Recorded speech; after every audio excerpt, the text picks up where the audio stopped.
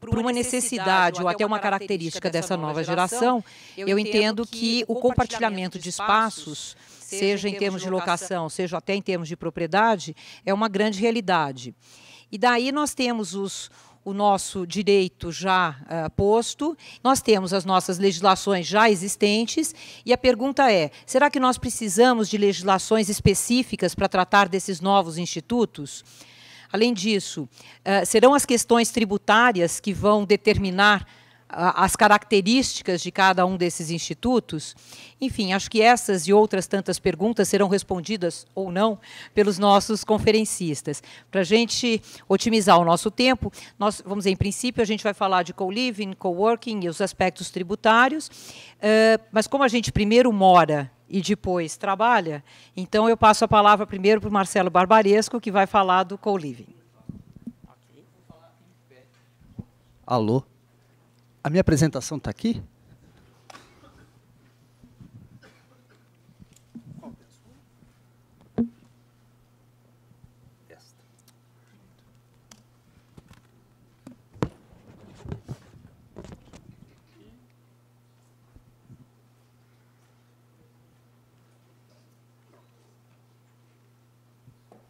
Senhores, alô?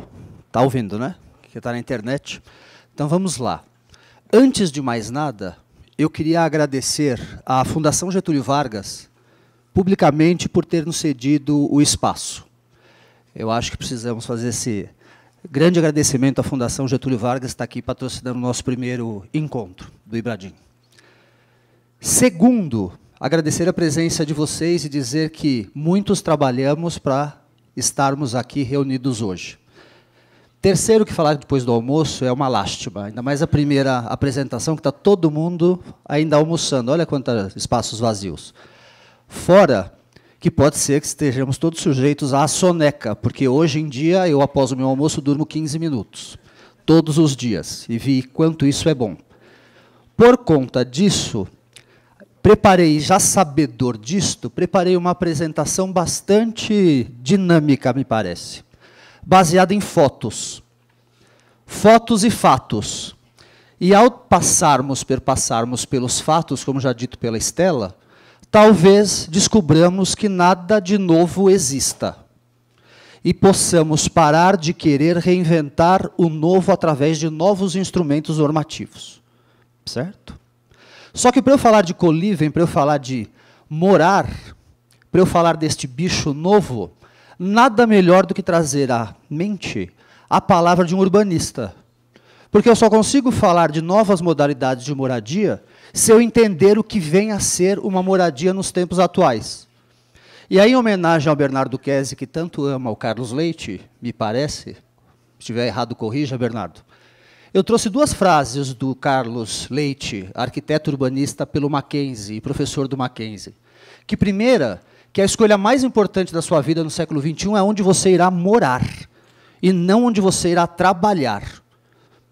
Porque, ao longo dessa apresentação, nós temos que seguir o raciocínio lógico do encadeamento dos fatos para podermos chegar a uma determinada conclusão, se é que ela é possível. Antigamente, talvez, pensávamos que o morar era segundo plano, e tinha que morar perto do trabalho, ou trabalhar era mais importante. Hoje se pensa, e cada vez mais, que o importante é o morar e não onde você vai trabalhar. Vocês concordam ou discordam? Quem quer morar perto do trabalho aqui? Estava almoçando com alguém que falou assim, nossa, eu preciso morar perto, porque ninguém merece ficar no trânsito. Não é isso? Eu adoro falar andando aqui pelos auditórios da GV, viu? Sou meio doido. Aí eu saio da câmera. Aí esqueci da internet. Bom, e o segundo ponto super importante para entender o co-living é o conceito de diversidade cada vez mais presente. Se eu não entender diversidade, se eu não quebrar todos os meus paradigmas, se eu não entender o que é viver coletivamente, o que é respeitar o diferente, e para isso nós temos recentíssimas decisões até da Corregedoria, baseada em decisão do Supremo, reconhecendo o casamento agora, não é? A mudança de sexo mediante sexo e nome, mediante simplesmente alteração, independentemente de ação judicial, certo ou não? Ou nós vamos romper os nossos paradigmas, ou nós não vamos sair do lugar. Certo, senhores? Então, vamos começar assim. Onde surge esta nova modalidade? Lá na obra do bem retratada na obra do Aloysio de Azevedo, o Cortiço. Quem já leu o Cortiço aqui? Que tinha aquela guerra de classes, o pobre, o rico. Lá no Cortiço, São Simão, habitado por pessoas de baixa renda, notadamente imigrantes que chegavam do país e viviam essa calamidade, que lá, portanto, não era um conviver, mas era um viver, talvez, por necessidade de sobreviver. Eu não quis escrever sobreviver, mas escrever o viver, porque talvez sobreviver pudesse vir a ser algo mais ofensivo. Mas é um viver, me parece, no sentido de preciso sobreviver. Preciso ter um lugar para dormir. Então eu não tinha muitas escolhas, eu não tinha muitas opções. A minha opção era um lugar notadamente acessível, que eu lá pudesse compartilhar um espaço, dentre outros, sofrendo da insalubridade, das doenças, do desconforto, para poder lá desenvolver o meu viver. Leia-se, portanto, o meu sobreviver. Depois disso, claro que dando um salto gigantesco, não é? Nós passamos a enfrentar a questão do conviver. E o conviver, não os amigos vivendo nas tais repúblicas dos friends, ou aqui tem a foto do dormitório estudantil da USP, da cidade universitária, onde as pessoas, talvez já nesta fase, resolvam, mas em menor medida, e às vezes caracterizada pela economia compartilhada, que muito se diz, né? Co-living, co-work, economia compartilhada, que é só o reduzir, e me parece que nós estamos tão habituados a pensar só no dinheiro, que esquecemos dos valores. Então, eu vou tentar perpassar para vocês o que eu entendo em termos de valores do conviver, do co-living, e não apenas e tão somente abordarmos questões financeiras, que por vezes não são as principais. Uma mentalidade de como viver é aquilo que permeia, no meu entendimento, o co-living. E isso deve ser muito bem pensado por todos nós, quando eu chegar no final da apresentação, onde nós vamos verificar de que maneira podemos estruturar um empreendimento imobiliário, tendo por base este valor. Ou como valor cada um tem o seu, este princípio de convivência. Certo, senhores? Eu odeio com a aula quieta assim, mas a pessoa tem que falar, senão eu morro. Bom, ocorre, obviamente, eu tinha que trazer um dado numérico, especialmente nos grandes centros, eu peguei São Paulo, um dado do IBGE, um crescimento populacional de 1900 a 2010 de 5.350%, só na grande cidade de São Paulo. Puxa, onde todas essas pessoas vão morar? Todas essas pessoas querem morar no centro. Mas elas não conseguem morar no centro porque ocorre aquele processo que alguns estudiosos chamam de gentrificação. Não é? Eu construo, a pessoa sai da região onde ela mora, e ela vai morar em regiões cada vez mais afastadas, porque onde ela morava, eu construo prédios de elevado padrão ou de padrão tal que ela não consegue mais viver. E por conta dessa transferência daquela cultura, daquela localidade para outro lugar, ocorre o processo de gentrificação. Mas quais são as vantagens do conviver? E aí nós temos que refletir acerca de cada uma delas. Eu sei que vai ser impossível 15 minutos, mas é mais um convite. Ela participa, essa pessoa, de novas culturas. Ela absorve novos olhares acerca de dadas realidades. Você passa a enxergar uma realidade que até então não era a sua realidade. Capaz, portanto, de fazer você alterar a sua própria maneira de ver as coisas e a sua realidade. Por isso, diz Carlos Leite, o morar é respeitar a diversidade, não é? E, portanto, essa pessoa ela interage com essas situações e com pessoas, sejam conhecidas ou sejam desconhecidas. Marcelo, pelo amor de Deus, eu vim aqui para estudar lei. Se vier para estudar lei, ele estuda em casa a lei. Aqui a gente vai fazer um processo de reflexão, porque lei é muito chato falar só de lei, né? Porque já que o direito brota da vida, a gente tem que estudar a vida. E depois de estudar a vida, a gente fala assim, é isso, ou não é preciso de uma lei, ou vou reinterpretar a própria norma. Não é? Porque às vezes nós, advogados, esquecemos dos fatos. Porque nos tornamos absolutamente técnicos. Porque ciência é técnica, já dizia Kelsen, e portanto tudo é técnico. Não, vamos para o fato primeiro, depois partimos para a técnica. Segundo, a pessoa, ao conviver nessa nova visão, e em qualquer visão, quem trabalha em escritório, quem trabalha em empresa, quem trabalha com a faxineira, quem convive no seu prédio, cresce ao acrescer um novo modo de olhar. Ou decresce também. Eu devia ter colocado o crescer e o decrescer, que é uma das vantagens ou desvantagens do conviver. Ele tende, essa pessoa, ao conviver, romper com paradigmas que ele achava corretos. Não é, se eu fizer uma enquete aqui fechada, lacrada, quem é a favor do casamento gay ou não é a favor do casamento gay, quem é a favor do cartório, vai ter gente que vai ser contra, mas não vai falar. Vai à mesa de bar, vai satirizar. Ou seja, ou a pessoa se moderniza e trata a diversidade como ela deve ser tratada, ou ela não consegue desenvolver um empreendimento imobiliário que se adeque perfeitamente ao tal do conceito do co-living. Vocês estão entendendo isso? É isso que é a beleza, não é simplesmente tratar co-living, que eu vou entrar, como, e eu tive a chance e a oportunidade de estruturar um dos primeiros do Brasil, dos grandes, que eram os grandes complexos multiuso. Co-living não é só multiuso, gente. Co-living não é só um prédio cheio de áreas comuns. Não é isso. Erra quem faz isso. Ele tende, portanto, esse empreendimento, quem mora nele conviver, ele faz e ele é companhia. Todos nós nesta sala, em maior ou menor medida, ficaremos velhos. Teremos ou não filhos? Sim ou não? Quem vai cuidar de nós, os nossos filhos? Serei um peso? Vou para o asilo?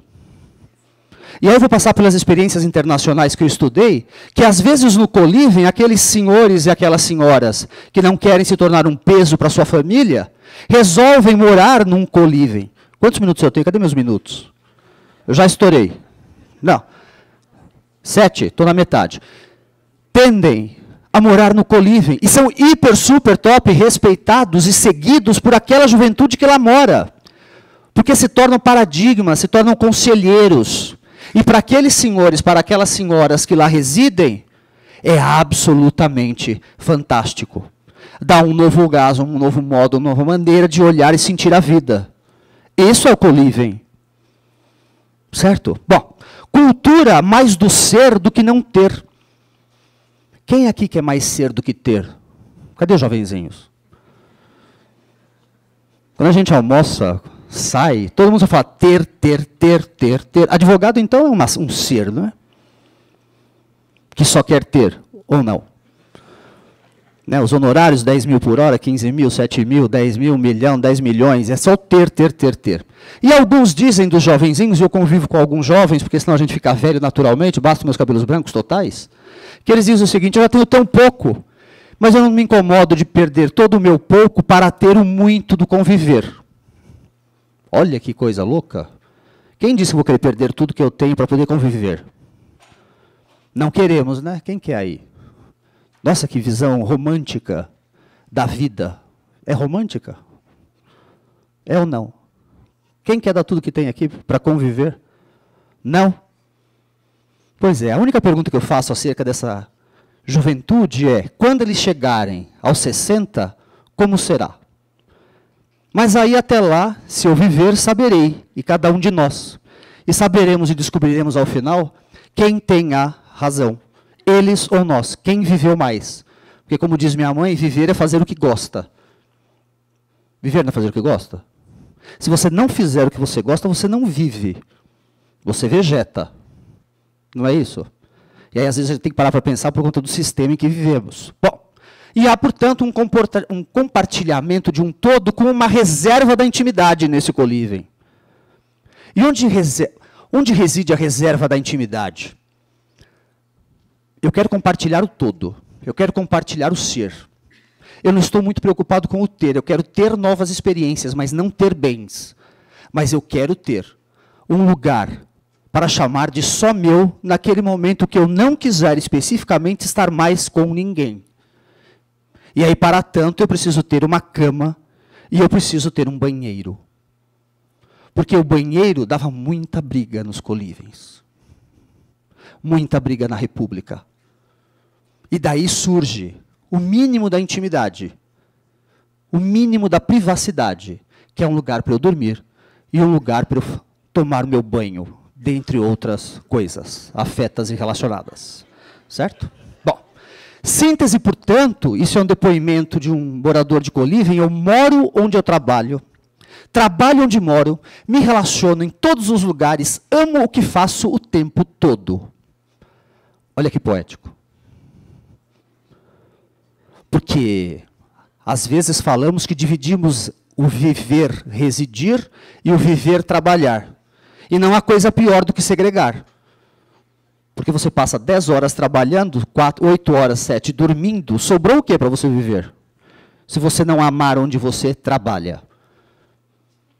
E eu achei esse depoimento desse moço e coloquei sob a forma de verso, porque eu achei bonito. Porque ele espelha a verdade do sentimento que está por trás deste produto. Certo?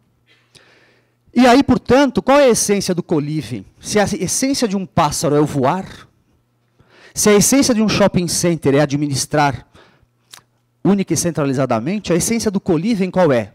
O dividir, o trocar experiências, vida e também os custos. É um também. Concordam que é um também? Ou nós vamos interpretar simplesmente que a economia compartilhada só custo? Será, talvez me parece ser uma visão distorcida da própria realidade que agasalha o novo produto. Então erra aquele que pensar que é simplesmente redução de custos. Pode até ser para alguns. Como toda realidade comporta exceções, não podemos esquecer delas. Portanto, esse co-living contemporâneo, ele é uma... Não está com as minhas marcações, tiraram, infelizmente. O que eu posso fazer?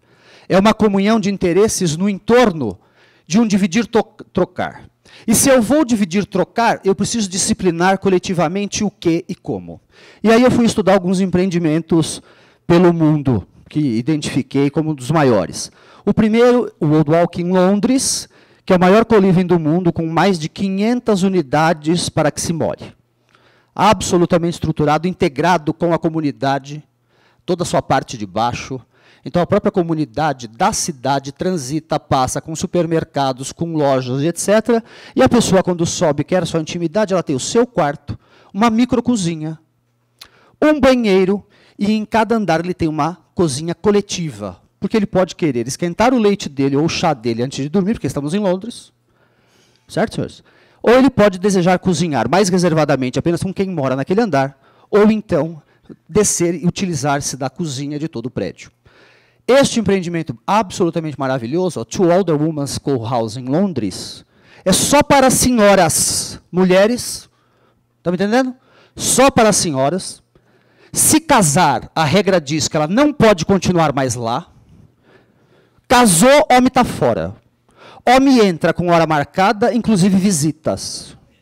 E as senhoras fazem, todas elas, companhias às outras.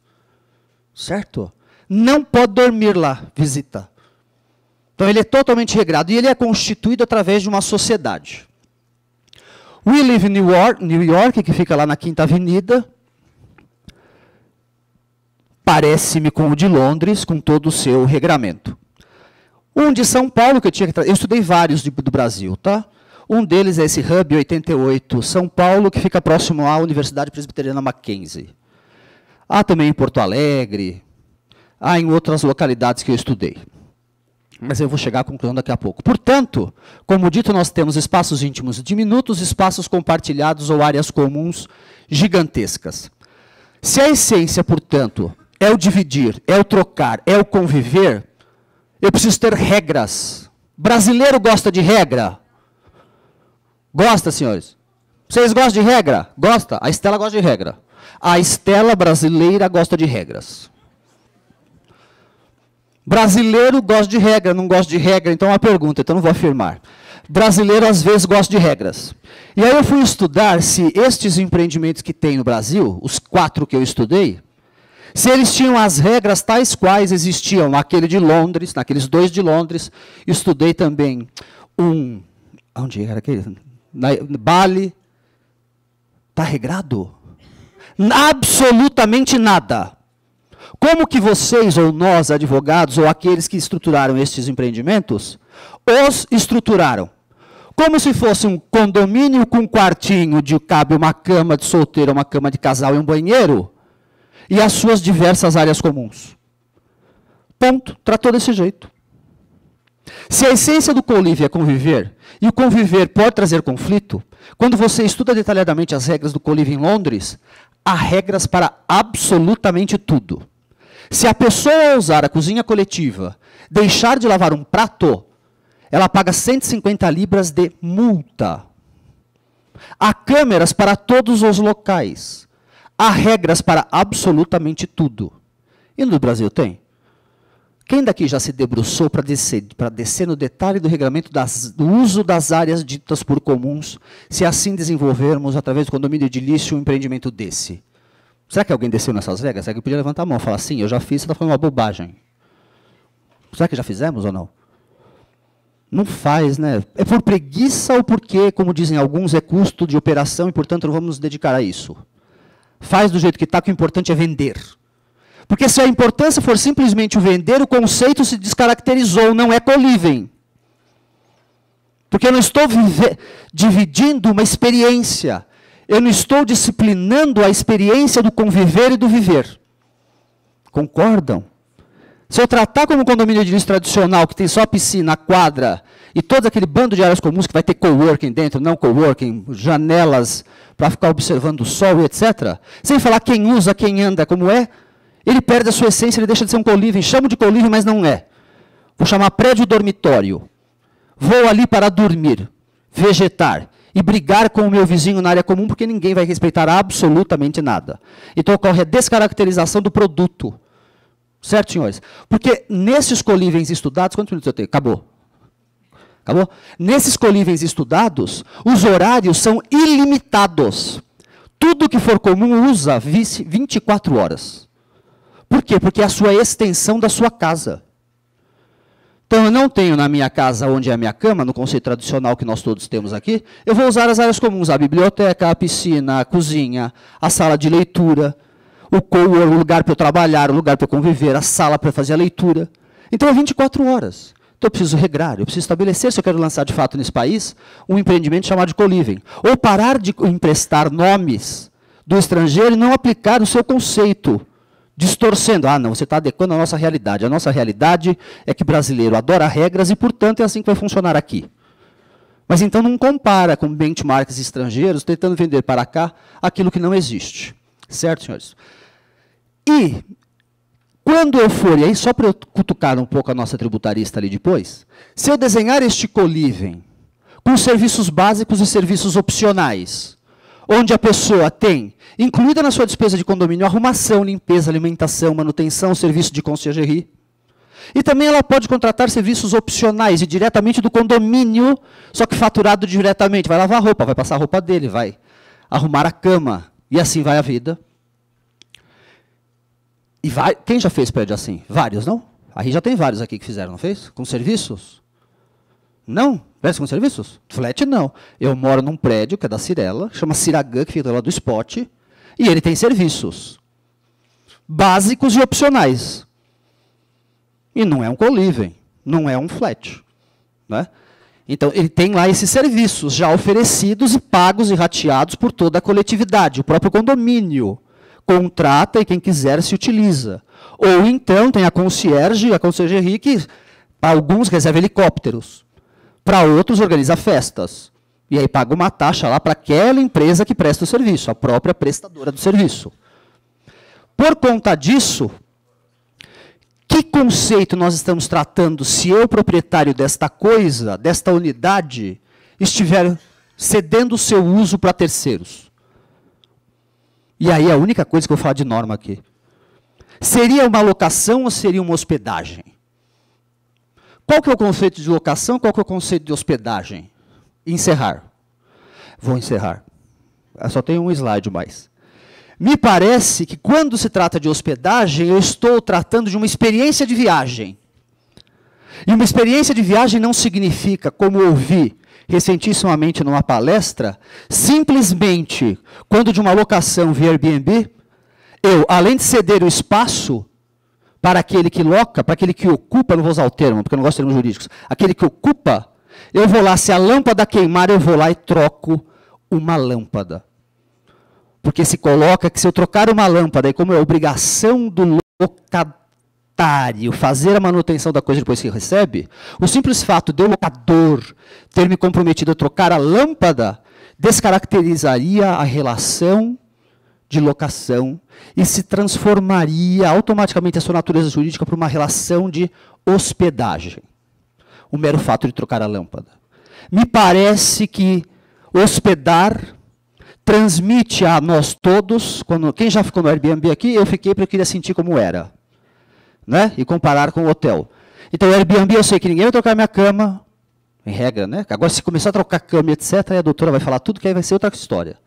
Ninguém troca minha cama, ninguém serve meu café, ninguém faz absolutamente nada, eu vou lá, faço tudo. Só que se o banheiro entupir e a minha luz caiu, eu liguei para a proprietária e ela mandou um cara para arrumar a luz que tinha caído o disjuntor. Certo? Me parece que na hospedagem eu quero simplesmente ter experiências, eu quero ter a vivência. E aí advogado tem que parar de ser tão materialista, que é só o ter, e pensar um pouco mais na essência do que significa hospedar-se, antes de falar simplesmente que pelo fato da pessoa trocar a minha lâmpada ou arrumar a minha torneira, eu estou diante de uma hospedagem e não de uma locação. Portanto, senhores, eu queria terminar com o Charles Darwin, que fala o seguinte: não é o mais forte que sobrevive, nem o mais inteligente, mas o que se adapta melhor às mudanças. Então, um convite a todos nós, e a mim inclusive, para que venhamos a romper os nossos preconceitos e enfrentarmos as mudanças. Muito obrigado, senhores.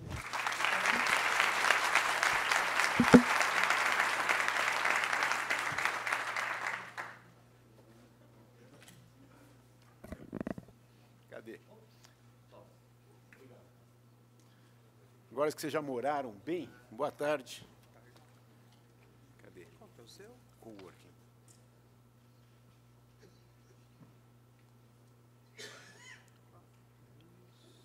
Deve ser esse aqui. É isso. Ok.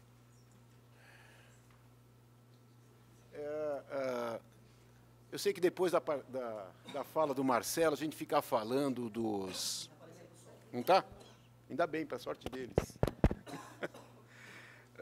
Está aparecendo agora? Não?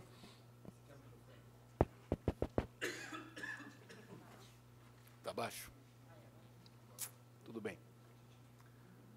Depois da fala do Marcelo, a gente começar a tentar colocar as coisas naqueles moldes usuais do direito, eu sei que é até chato. É por isso que ele falou antes, senão vocês dormiam, certo? Essa é a grande vantagem. Desde que eu comecei a olhar esses temas todos, eu estou com uma frase do Clóvis Bevilacqua, aquela praça, vocês sabem? Clóvis Bevilacqua, uma praça perto do João Mendes. Então, aquela do lado do tribunal. Quem lembra? Estão lembrando? Esse cara, para ganhar nome de praça, ele foi o cara que escreveu o Código de 1916. Civil, aquele outro, antes do 2002. É o Código que vigia.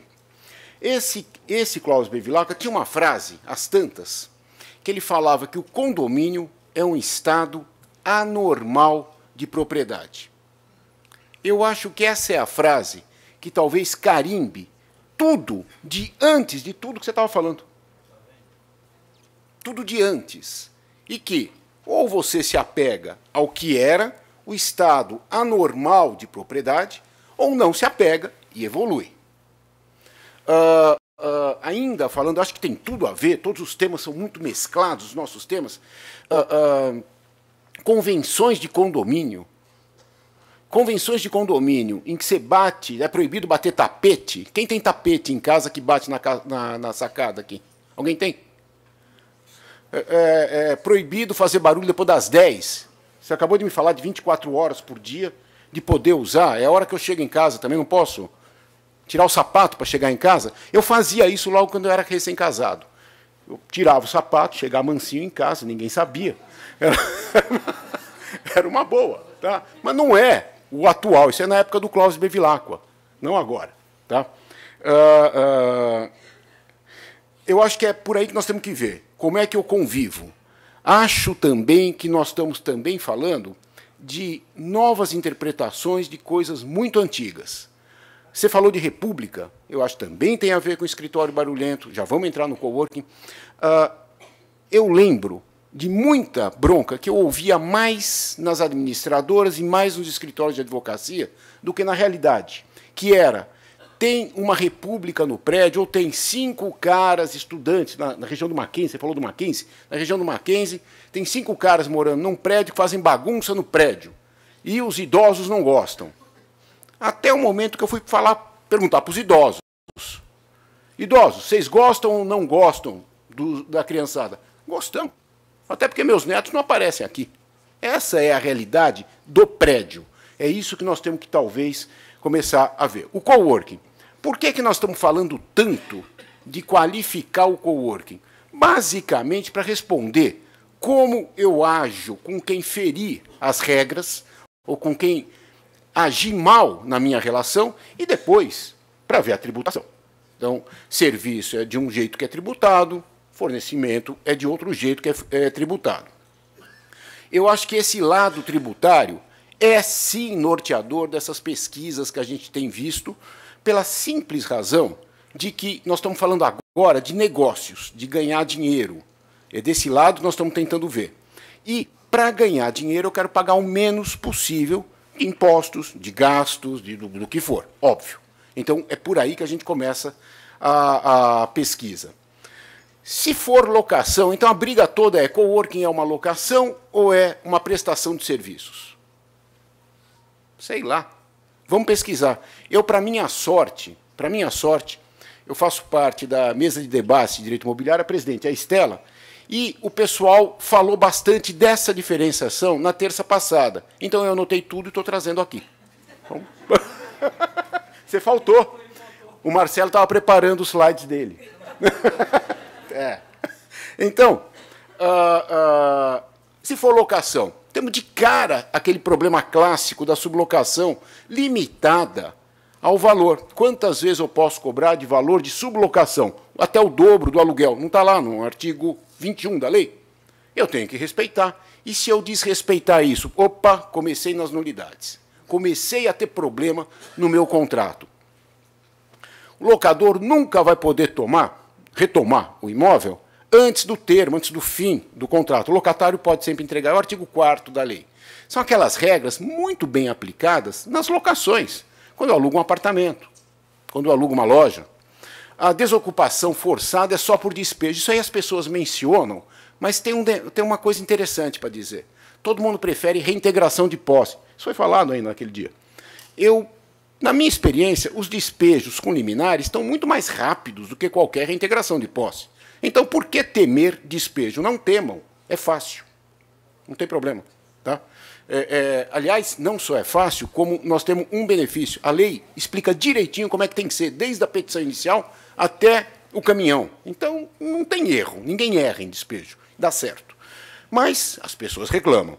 Teria outros problemas hipotéticos, e aí sim eu acho que entra viajar na maionese de muita gente. E se o coworker, lá, o locatário, vamos chamar assim, o ocupante, né?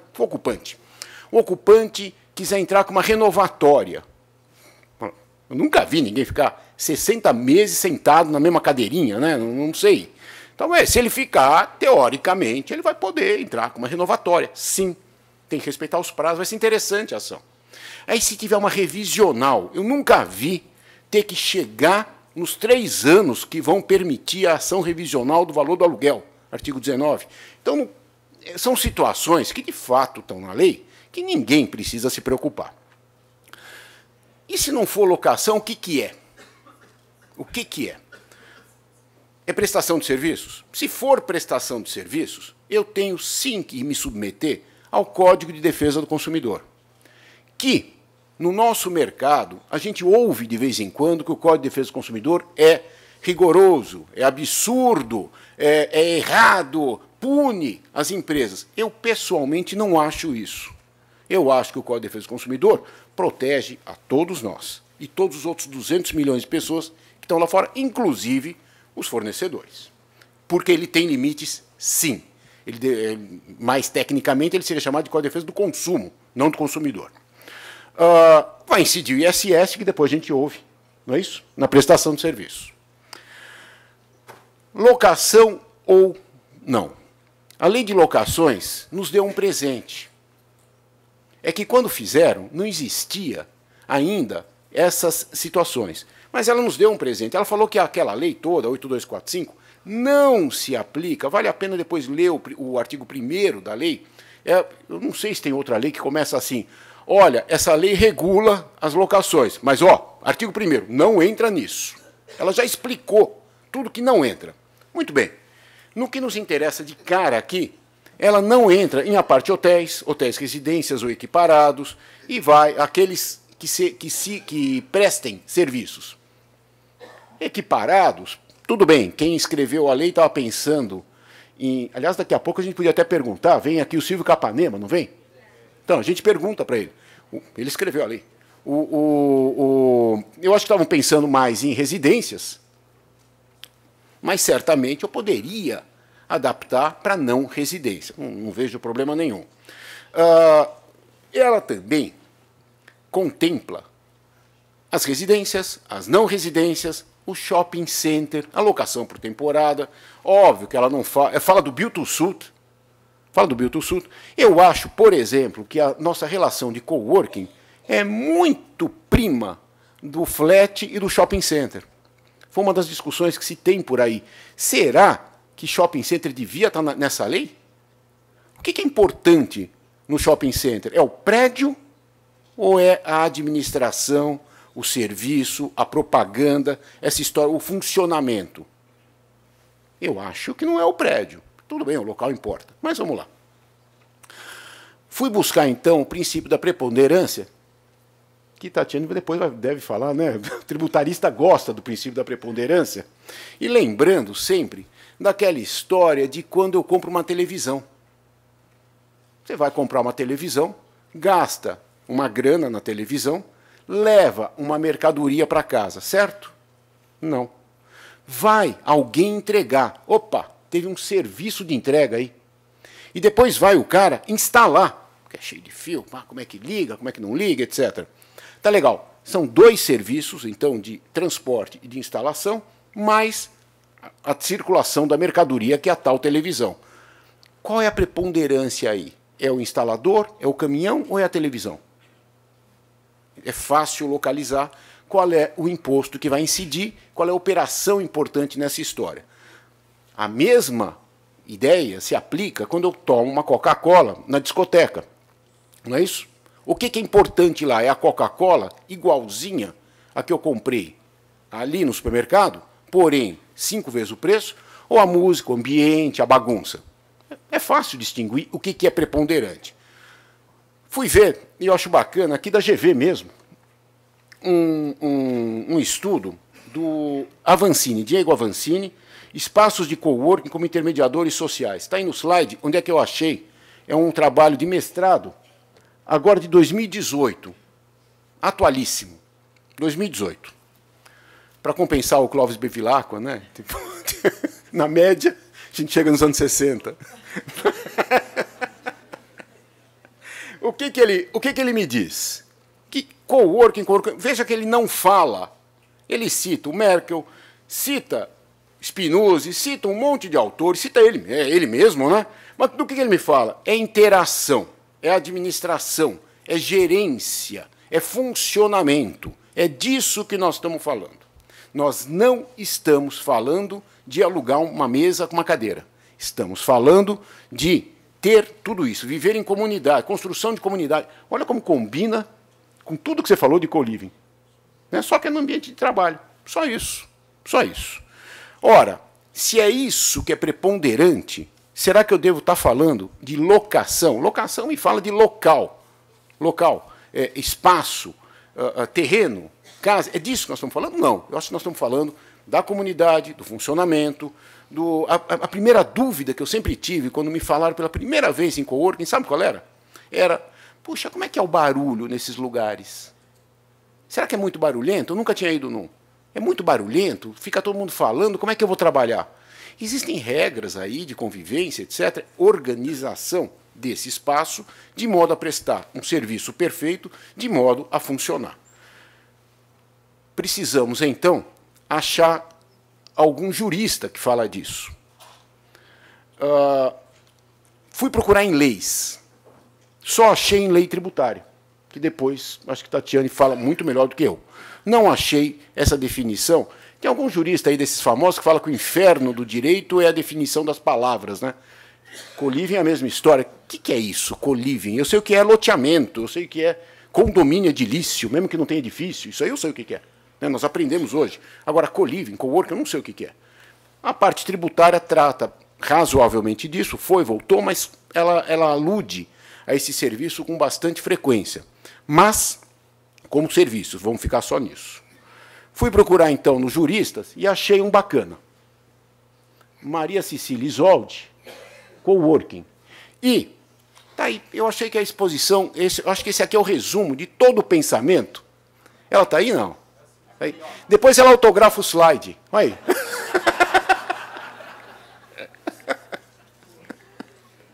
aí. Olha que beleza. É um contrato com duplo objeto, prestação de serviço e cessão de uso.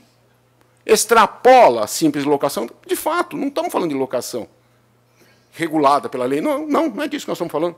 Estamos falando de outra coisa. Deu para vocês lerem? Tá bem? Eu acho que está bem legal. Aí sobra aquela dúvida. Se tudo isso é verdade, será que esses contratos todos com os quais a gente tem convivido aí estão válidos?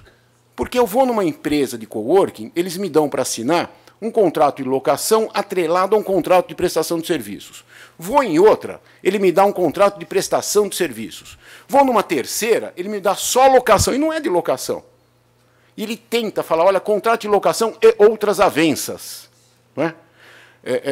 É legal quando... Eu gosto desse e outras avenças, né? Que se fosse... Parece lei, né? Então, parece lei. Fala de A e, de repente, aparece um bicho lá na lei, ferindo totalmente a Lei Complementar 95. Mas e outras avenças. É legal quando erra o C cedilha, vem outras avencas, eu lembro da avenca lá em casa. Pá. Mas não me diz nada. O importante aí é saber que esses contratos são válidos. São válidos. Por uma, que tudo pode ser contratado, desde que não seja ilícito, aquela história toda, não posso contratar, assassinato do Zé, aquela coisa toda. Está no Código Civil.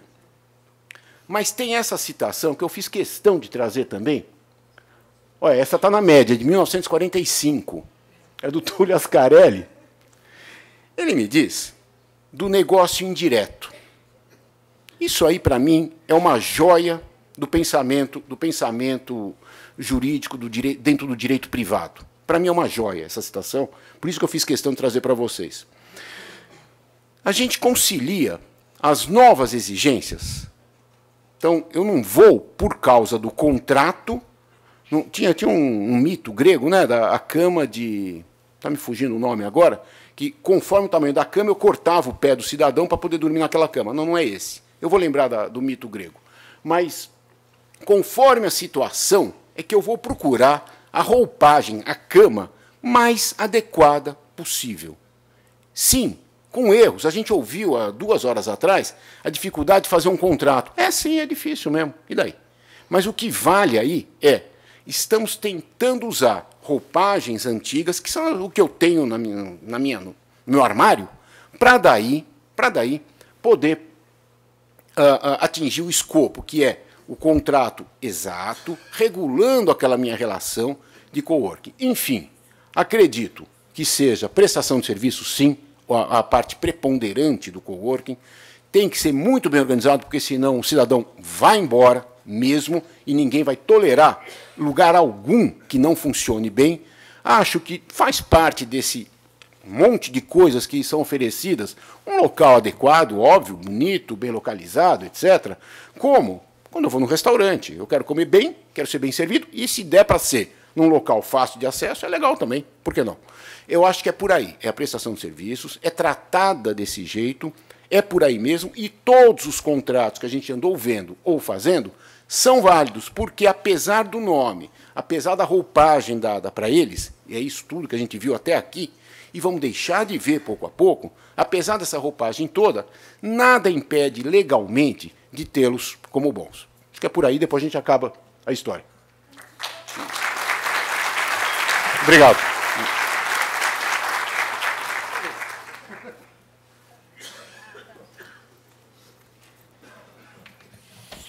Muito obrigada. Boa tarde a todos e a todas. Depois dessas duas palestras, né, jogando a bola aqui para o direito tributário. Imagino que vocês estejam esperando, né? Falar, bem, então aqui vai estar a resposta definitiva, né, para todas as questões. A minha apresentação está aqui. Quer que eu coloque? Vocês colocam? Tá bom, obrigada. Bom,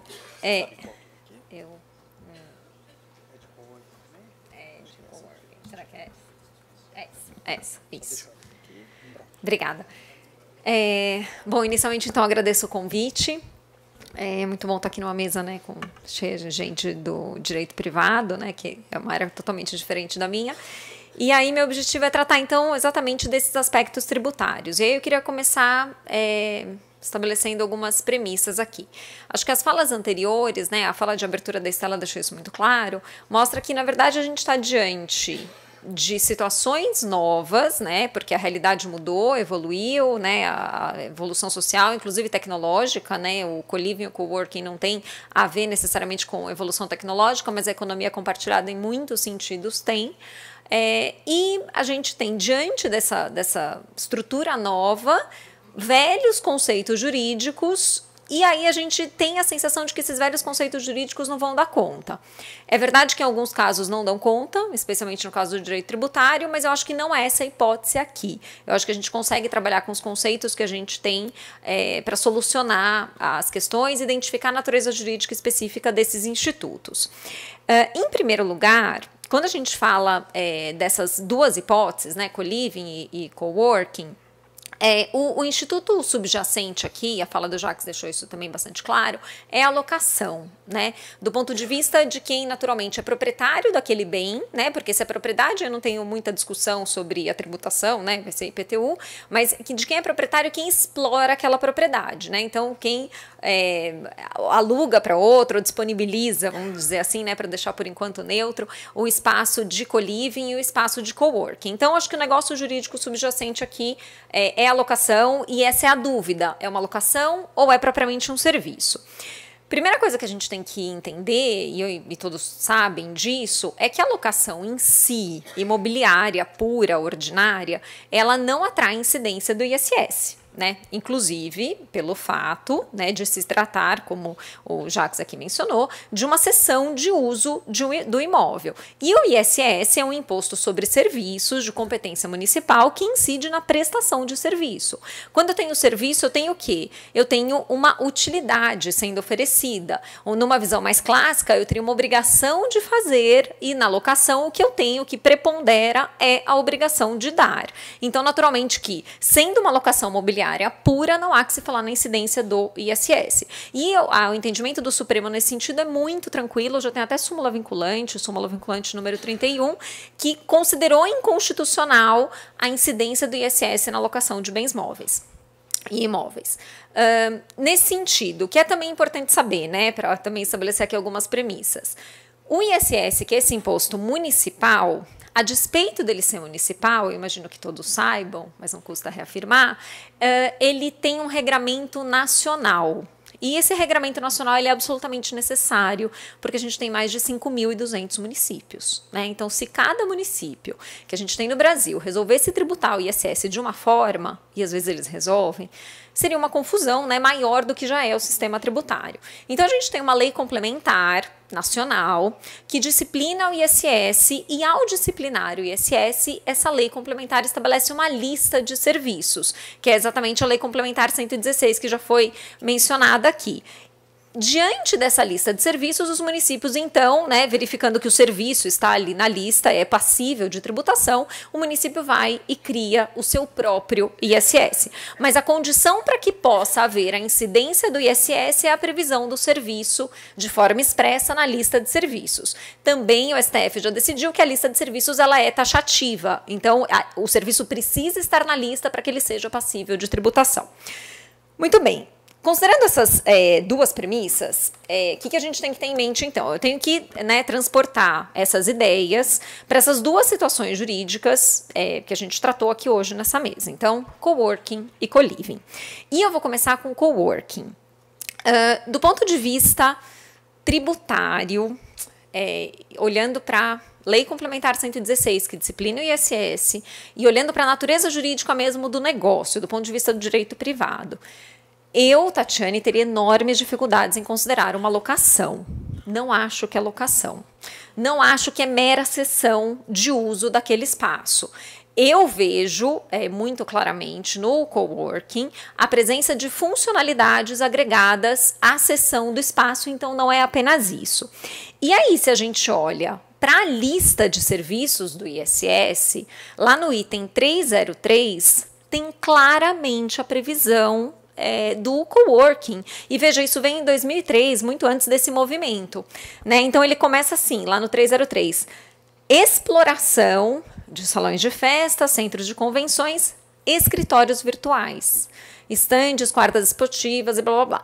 Então, se você é proprietário de um espaço e que você monta naquele espaço escritórios virtuais, né, que a lei chamou, e você explora economicamente aqueles espaços, você presta um serviço para quem deles se utiliza, você presta um serviço para os usuários. E nesse sentido, me parece que é um serviço porque não é simplesmente a cessão. Você tem várias funcionalidades agregadas àquele espaço, àquele contrato, ainda que do ponto de vista do direito civil, né, se assina então um contrato de locação e outras avenças, me parece mais do que isso. E uma boa comparação aqui, que aí eu puxo aqui para a questão das novas tecnologias, que tem sido uma área minha de pesquisa, é o software na nuvem, né? Imagino que todos vocês, ou muitos, acessem o Office 365, né? É uma tendência. Você não tem mais você não vai mais na FINAC, compra o CD que você vai instalar o Office no seu computador. A tendência das grandes empresas, dos grandes escritórios e inclusive, né, pessoas particulares, é acessar esse software na nuvem. É uma mera licença de uso de software quando você contrata o Office 365? Eu acho que não. Eu, particularmente, acho que tem várias funcionalidades agregadas. Você tem salvamento automático, você tem um hardware, hardware que não é um hardware, né, porque é na nuvem, você tem espaço virtual, você tem possibilidade de compartilhamento, você tem possibilidade de trabalho conjunto com seu colega de trabalho. Então, não é simplesmente uma licença de uso, não é simplesmente uma disponibilização, um dar. Me parece que há funcionalidades nesse sentido e o coworking eu equiparo a essa situação. E aí, olhando especificamente para a legislação aqui do município de São Paulo, então já está na lista, acho que tem que ser tributado, ISS sem dúvida nenhuma. O município de São Paulo percebeu rapidamente o crescimento dos espaços de coworking em São Paulo, né, porque o crescimento é evidente. E lá em 2017, final de 2017, aprovou uma lei dizendo, uma lei absurda, dizendo que haverá responsabilidade solidária quanto ao ISS do escritório virtual, business center, centro de negócios, tudo isso que está aí dito, em relação aos seus usuários. Então, eu sou dona de um espaço de coworking. Eu pago o ISS porque eu estou explorando aquele escritório virtual. Mas aí vem um arquiteto ou uma arquiteta e faz uma reunião ali com o seu cliente, né, naquele espaço que ele está utilizando, que eu disponibilizei por meio do contrato de coworking. Eu, proprietária do espaço, serei responsável solidária, não é nem subsidiária, responsável solidária pelo ISS devido pela arquiteta. Ou como que eu vou saber se a arquiteta está recolhendo o ISS? É uma disposição, assim, completamente absurda. Até publiquei um textinho pequenininho no Valor sobre isso. Isso no final de 2017. É desproporcional, é absurdo, é contra as regras de responsabilidade. Eu, proprietária, não tenho nada a ver com aquele... não tenho vínculo, né, com aquele serviço que está sendo ali prestado, eu só disponibilizei o espaço. É uma forma bem oportunista, né, de assegurar a arrecadação do ISS. Aí, agora recentemente, né, para minha alegria, agora eu preciso também escrever sobre isso, vem a lei 16989 de 2018, foi agora uma lei de fim de maio, acho que 23 de maio, que revoga essa disposição. E aí ela estabelece algo bem mais razoável, que é o fato de esses escritórios compartilhados, eles têm o dever de entregar semestralmente à Secretaria de Finanças do município de São Paulo as empresas que utilizem seus espaços. Aí tudo bem, eu conto quem estava lá no meu espaço, aí a fiscalização vai lá e vê se essas pessoas estão ou não recolhendo ISS. Aí faz todo sentido, é só um dever instrumental, não tem ônus nenhum, eu só tenho que ter o registro das pessoas que estão ali prestando serviços, fazendo reuniões, se utilizando daquele espaço que eu disponibilizo por meio do contrato de coworking. De todo modo, em relação a essa discussão, acho que é importante mencionar que o município de São Paulo, ainda que não seja, né, único, como eu disse, a gente tem 5.200, mas os outros municípios têm seguido a legislação do município de São Paulo no que se refere a essas novas formas de realização de negócio, então é uma boa notícia, né, pelo menos a gente ter tido essa revogação. Em relação ao co-living, né, para não extrapolar meu tempo, que eu já tive um aviso. Em relação ao co-living, não dá de cara para a gente dizer que é serviço, na minha opinião. Aí já é mais sutil, já é mais difícil. Por quê? Se a gente voltar aqui, bem rapidamente, no 303, não daria para eu encaixar o co-living se eu disser, é serviço, né? E aí me preocupou a fala do Jacques no final de dizer, olha, o coworking, ele é o equivalente do co-living, só que no trabalho. Se a gente disser que é equivalente, aí eu também tenho serviço no co-living. Tenho dúvidas. De todo modo, a gente não consegue enquadrar de cara no 303, a prefeitura ela vai ter mais dificuldade em dizer que é serviço, porque no 303, ele, como eu disse, a lista é taxativa, tem que estar na lista para poder tributar, e o 303 não fala de espaços de residência, né? Ele fala salão de festa, centro de convenções, escritórios virtuais, estandes, quadras e assim por diante. O co-living não encaixa aqui, fica uma coisa meio esquisita. Então, seria difícil. Onde daria discussão, na minha opinião? A discussão seria mais focada na distinção entre locação ou locação para temporada, né? Porque a gente pode ter o co-living por um espaço menor de tempo, e atividade de hospedagem, que é exatamente o que o Marcelo mencionou no começo, a história do Airbnb. Atualmente é um grande debate, uma grande briga, na verdade, entre a indústria hoteleira e o Airbnb, exatamente pelo fato de que a indústria hoteleira quer que as pessoas que locam os seus imóveis via Airbnb se submetam às regras relativas ao turismo. E se submeterem, então deveriam pagar o ISS sobre serviço de hospedagem. Trata-se de serviço de hospedagem? A resposta aqui, ela estaria no artigo 23 da Lei 11.771 de 2008, que é a lei que disciplina o turismo, que define meio de hospedagem. E vai dizer que meio de hospedagem são estabelecimentos destinados a prestar serviços de alojamento temporário. Aqui eu acho que a diferença é muito sutil e depende do que o co-living te entrega. Se o co-living te entregar uma experiência no sentido de ter uma vida compartilhada, bacana, isso não é serviço, né? Isso decorre da forma como aquele empreendimento, aquele negócio foi estruturado. Agora, se ele te entregar serviços, a provocação final, o concierge, a limpeza, uma central 24 horas que, sei lá, me atenda para chamar o meu helicóptero, aí nesse caso eu teria dúvidas em dizer que não existem utilidades agregadas. Mas é uma discussão muito difícil, é muito sutil e é muito caso a caso. Só para contar para vocês, essa é uma discussão muito atual. Recentemente, eu coloquei aqui Poços de Caldas, mas na verdade na Caldas é Caldas Novas, eu sempre confundo as duas cidades.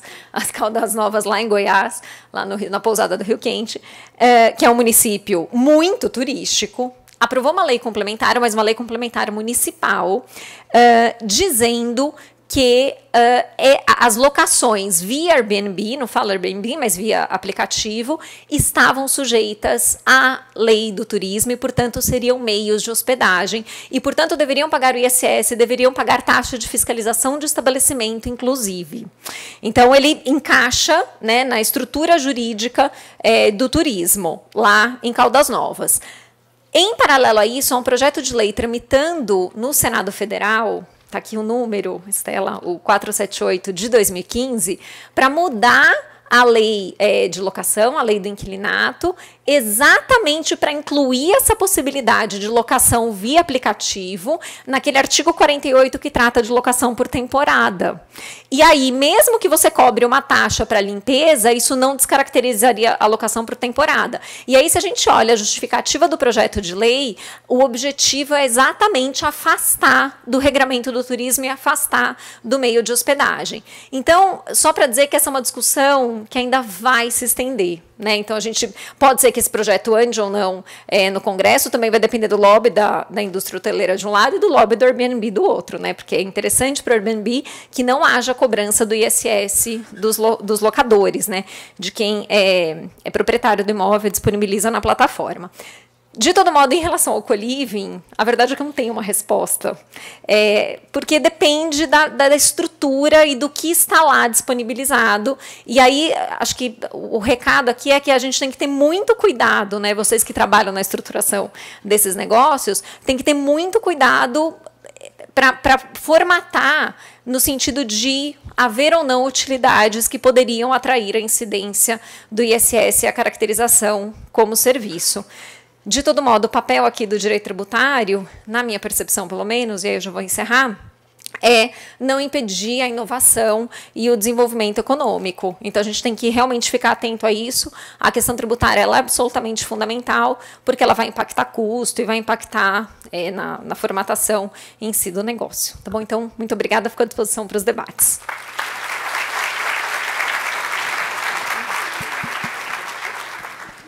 Olha, eu passei direto a palavra aqui para não interromper e a gente aproveitar ao máximo o nosso tempo, né? Porque vocês veem que o conteúdo é bastante. Eu sei que a gente não vai ter muito tempo aqui para os debates, mas acho que eu gostaria de fazer uma pergunta aqui, começando pelo Marcelo.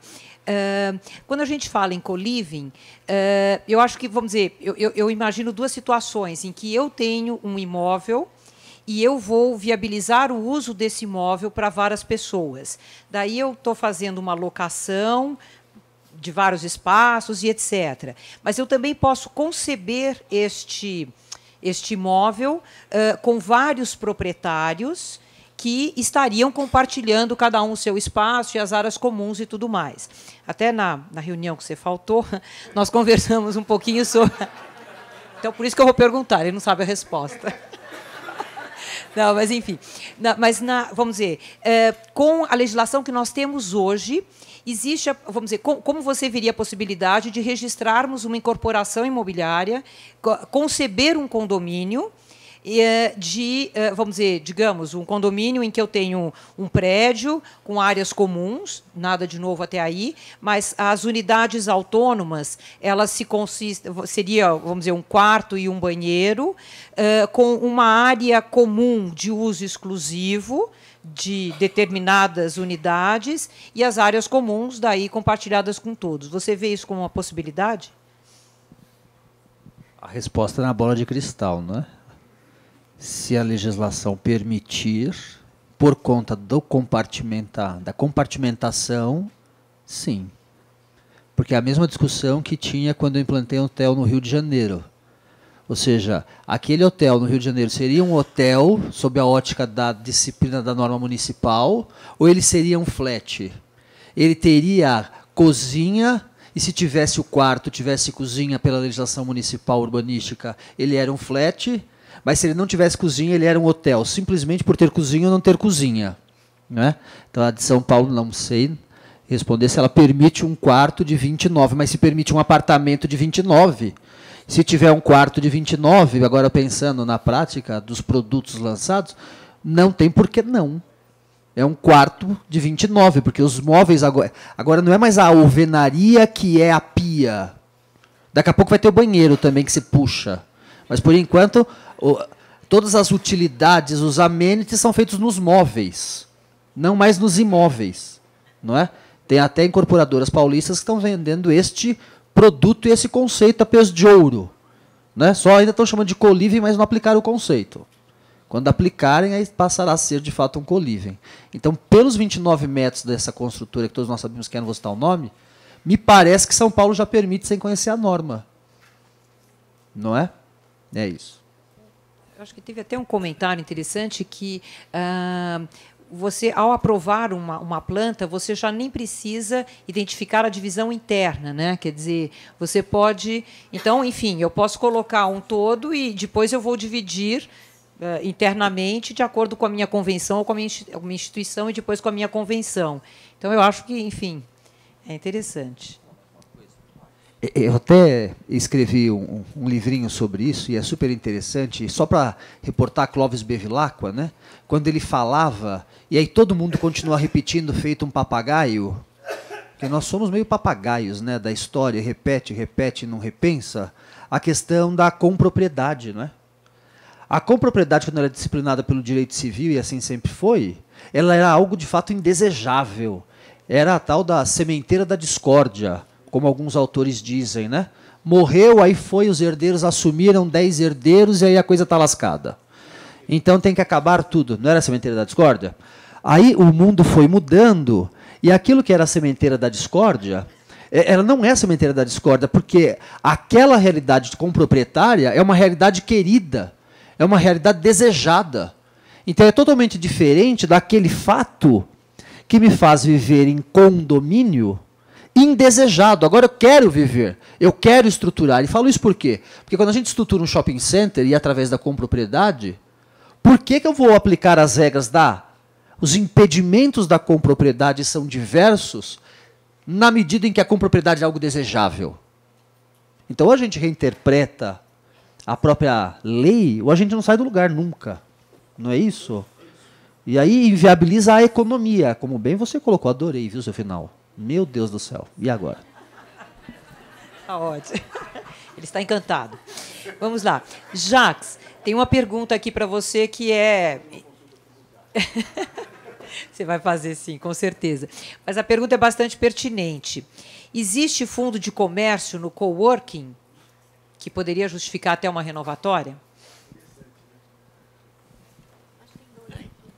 Eu acho que, obviamente, do dono do coworking, sim, é um negócio dele, né? Ele perante o proprietário, digamos que ele seja um inquilino, ele perante o proprietário do imóvel, é um negócio dele, como podia ser um bar e lanches, tanto faz.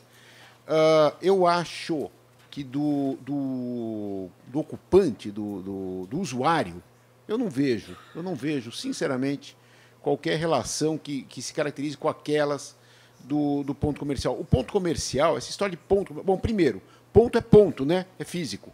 Coworking já não é tão físico, pelo menos segundo a maioria das pessoas. Segundo, a primeira vez que eu ouvi falar de afetação não foi incorporação com afetação. É quando se falava de, na locação, você dar uma certa afetação àquele imóvel através daquela locação. É quando você alugava para um tipo de negócio diferente. Os exemplos eram os mais escabrosos nos livros antigos, aquele monte de autor antigo falando. Os exemplos eram engraçados até, mas eles falavam muito, acho que é o Buzaide que falava muito, de que você, quando alugava para determinados negócios, você, de certa forma, estava dando em locação e carimbando aquele imóvel.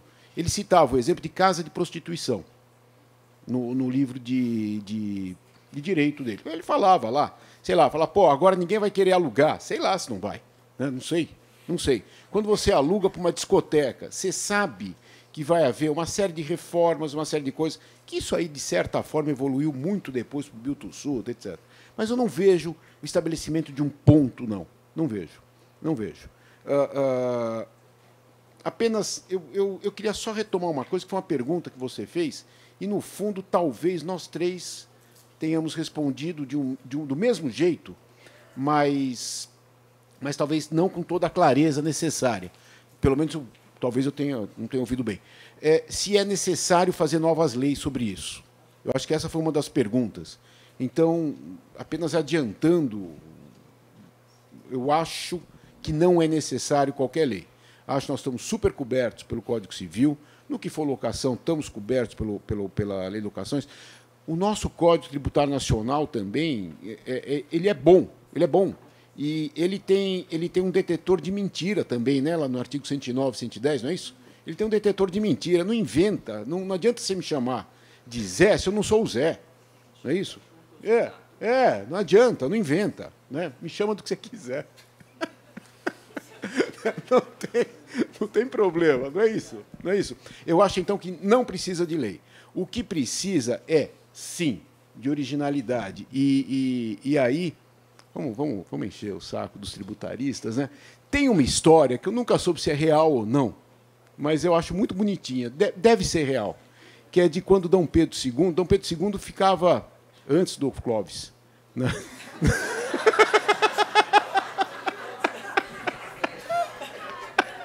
Eu leio história, eu sou leitor de história. O Dom Pedro II gostava de viajar, vai para o Egito, vai para não sei aonde, viajava, né? Era o imperador itinerante, era o apelido dele. Ele viajava e uma vez ele trouxe múmias egípcias para cá. E aí a gente tinha um problema tributário. E ele respeitava a lei, né? Ele era um cara. Uma das características desse imperador era respeitar a lei. Ele não desrespeitava a lei, não. Ele precisava entrar com aquela múmia egípcia. Não sei se vocês sabem dessa história, acho bárbara. Ele precisava entrar com a múmia egípcia, mas não tinha naquele. Como é que chama lá? Aquele catálogo da alfândega, onde encaixar, porque não estava escrito múmia egípcia lá, né? Aí não teve problema. Um grande advogado chegou e falou: faz entrar como carne seca. Tá tudo bem. Eu acho bárbaro.